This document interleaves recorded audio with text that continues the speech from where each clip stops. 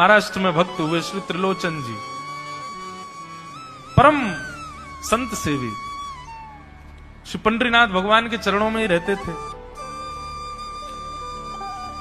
पति पत्नी दोनों निवास करते थे, उनके कोई संतान नहीं थी, इसलिए उन्होंने जीवन भर क्या नियम अपनाया कि जो भी धन आदि उनके पास था, जो भी वैभव था, उन्होंने वो पंढरपुर आने वाले वैष्णवों की सेवा में खर्च करने का उसका मन बनाया कि यहां इतने दर्शनार्थी आते हैं, सबका भोजन प्रसादी सामग्री हमारे घर में बना करेगी। तो श्री त्रिलोचन जी पंढरपुर आने वाले दर्शनार्थियों को घर बुलाकर के प्रेम से भोजन पवाते थे, और जितने भी दर्शनार्थी दर्शन करके पंढरपुर से जाते थे वो अन्य संतों को कह देते, बोले कहां जा रहे हो? बोले पंढरपुर जा रहे हैं। बोले भैया पंढरपुर जा रहे हो तो त्रिलोचन जी के यहां जाना, उनके यहां भोजन प्रसादी बहुत बढ़िया संतों के अनुकूल बनाते हैं। बड़ी ख्याति हो गई महाराज जी, अब तो जितनी भीड़ पंढरपुर विठल मंदिर में उतनी भीड़ त्रिलोचन जी के घर के बाहर संतों की, दर्शनार्थियों की, सब प्रसाद पाने के लिए जाते। त्रिलोचन जी और उनकी पत्नी बड़े प्रसन्न कि इतने संतों की सेवा हम कर पा रहे हैं, ये हमारा सौभाग्य है। धीरे धीरे दोनों वृद्ध अवस्था को प्राप्त हो गए। दोनों वृद्ध हो गए तो अब इतनी सामग्री बना नहीं पाते, कोई सेवक नहीं था, स्वयं बनाते थे पति पत्नी मिलकर के। अब तो ऐसा हो जाता, कभी कभी दाल लग जाती, जल जाती, रोटियां सेकते तो रोटियां जल जाती। वृद्ध अवस्था, थक भी गए थे बहुत ज्यादा, तो प्रसाद पवाते तो थे, संत जन बेचारे प्रेम से स्वीकार तो करते, पर अब स्वाद नहीं होता था तो बेचारे जैसा था उसको पाते, थोड़ा बहुत पा करके चले जाते। धीरे धीरे संतों का आगमन अब कम होने लगा। त्रिलोचन जी इस बात से बड़े परेशान हो गए, बोले भैया संत हमारे घर से आना बंद हो गए, हम क्या करें?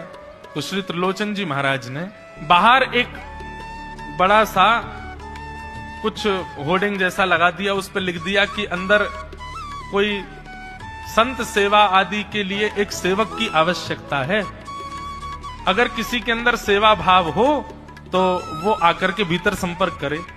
सेवा, ब्रजवासी सेवा, गौ सेवा, इन सब सेवाओं के प्रकल्प में यदि आप सेवक की कामना करोगे तो कहीं ना कहीं किसी ना किसी रूप में ठाकुर जी आएंगे सेवा के लिए। त्रिलोचन जी ने बाहर लिख दिया कि भाई संत सेवा के लिए सेवक की आवश्यकता है, यदि कोई सेवा भावी सेवा करना चाहता है तो भीतर आके संपर्क करे।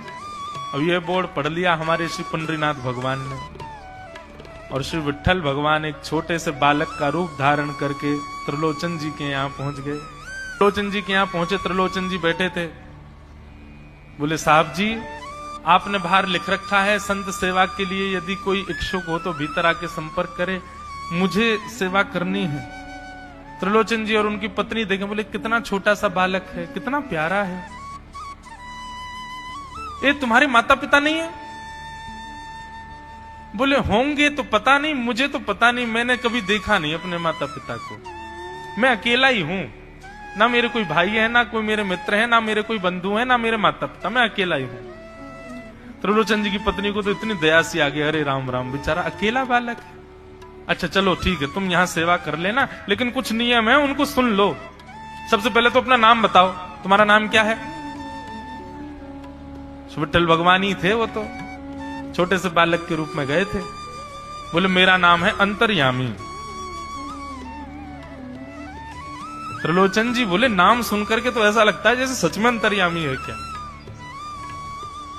अच्छा बेटा अंतर्यामी सेवा करोगे? बोले ये सेवा करना तो मेरा जन्म जन्मांतर का काम है, मैं यही तो करता हूं, संतों की सेवा करना, वैष्णवों की सेवा करना, भक्तों की रक्षा करना, ये मेरा जन्म सिद्ध अधिकार है, मैं इसी के लिए ही आता हूं। त्रिलोचन जी और उनकी पत्नी एक दूसरे का मुख देख करके बोले नेक सा बालक है, लेकिन बोलता कैसे? ठाकुर जी तो सत्य ही बोल रहे थे। बोले अच्छा, सुबह एक सब्जी बनानी पड़ेगी, दाल बनानी पड़ेगी, और हमारे यहाँ लगभग 100-150 संत आते हैं, उनके हिसाब की रोटी बनानी पड़ेगी, और सब बेटा तुमको करना पड़ेगा, हम थोड़ा बहुत सहायता कर देंगे, हमसे ज्यादा बनता नहीं है, तुमको ही सब सिद्ध करना पड़ेगा। अंतर्यामी भगवान बोले बिल्कुल निश्चिंत रहो, हम खीर भी बनाएंगे, हम रबड़ी भी बनाएंगे, हम रायता भी बना दिया करेंगे, हम 2-4 सब्जी और बना दिया करेंगे। त्रिलोचन जी बोले नेक सा बालक, सब जानते हो तुम? बोले हाँ हमको सब आता है। दुनिया का कोई काम नहीं जो हमको नहीं आता हो। और सुनिए, झाड़ू पोंछा बर्तन भी कर देंगे हम। त्रिलोचन जी तो बड़े खुश हो गए, बहुत बढ़िया सेवक मिला यार, ये तो सब काम करता है। लेकिन भगवान बोले, लेकिन अब हमारी शर्त सुनो। त्रिलोचन जी बोले, तुम्हारी भी शर्त है? बोले हाँ। क्या शर्त है भैया? बोले, हमारी पहली शर्त यह है कि हम दुनिया को बना के खिलाएंगे, लेकिन हमको आपको बना के खिलाना पड़ेगा। हम अपने हाथ का बना नहीं पाते, हम आपके हाथ, हम सारे संतों को बना के पवाएंगे, लेकिन हम अपने हाथ का बना नहीं पाते, आपको हमारे लिए बनाना पड़ेगा। त्रिलोचन जी की पत्नी बोली, छोटा सा बालक, इसका आधे हाथ का तो इसका पेट है, एक रोटी में झिक जाएगा ये, इसके लिए मैं बना दिया करूंगी। ठीक है लला, तू बिल्कुल चिंता मत करो, तुम्हारे लिए भोजन हम बना दिया करेंगे। हमारी एक शर्त और सुन लीजिए। बोले क्या? हम कितना भी खाएं हमको टोकना नहीं कभी कि इतना क्यों खा रहे हो। त्रिलोचन जी बोले, भैया हम क्यों टोकेंगे, तुम बढ़िया 2-3 रोटी खा लिया करना। बोले, 2-3 रोटी तो हमारी दाढ़ में छुप जाती है कहीं पर, हम तो प्रेम से पाते हैं। बस आप लोग ये नियम याद रखना, आप कभी ये मत कहना कि इतना क्यों खा रहे हो। और सुनिए एक बात, अगर हमारे सामने कही तो अपराध बनेगा ही, आपका नियम टूटेगा ही। किसी और से जाकर के यदि आपने कह दिया कि बहुत खाता है, क्या बताएं, तो हम उसी दिन अंतर ध्यान हो जाएंगे, उसी दिन आपका घर छोड़ के चले जाएंगे।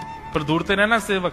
त्रिलोचन जी बोले, हम क्यों कहेंगे भैया, हम तो कभी नहीं कहेंगे, हम दोनों तुमको वचन देते हैं, तुम प्रेम से रहो, सबका सेवा करो, हम कभी नहीं कहेंगे कि इतना खाता है। ठीक है, फिर कल से सेवा शुरू। अगले दिन महाराज त्रिलोचन जी और पत्नी उठे सुबह ब्रह्म मुहूर्त में, देखा तो महाराज भीतर ही ठाकुर जी बढ़िया अपनी कमर कस करके, सिर पर ढांटा बांध करके, मुंह पर कपड़ा लगा करके और कढ़ाई में लिए चला रहे हैं, बना रहे हैं दाल। एक हाथ से दाल बना रहे हैं, फिर दौड़ के जाते हैं दूसरी कढ़ाई पे, वहां पर खीर बना रहे हैं, फिर कहीं जाते हैं वहां पूरी उछाल उछाल करके धर रहे हैं। त्रिलोचन जी और उनकी पत्नी देख रहे खड़े खड़े, अकेले ठाकुर जी सब बना रहे हैं, नेक सा बालक। 8 बजे से संतों की जमात आनी प्रारंभ हो गई, सुबह के समय हो गया।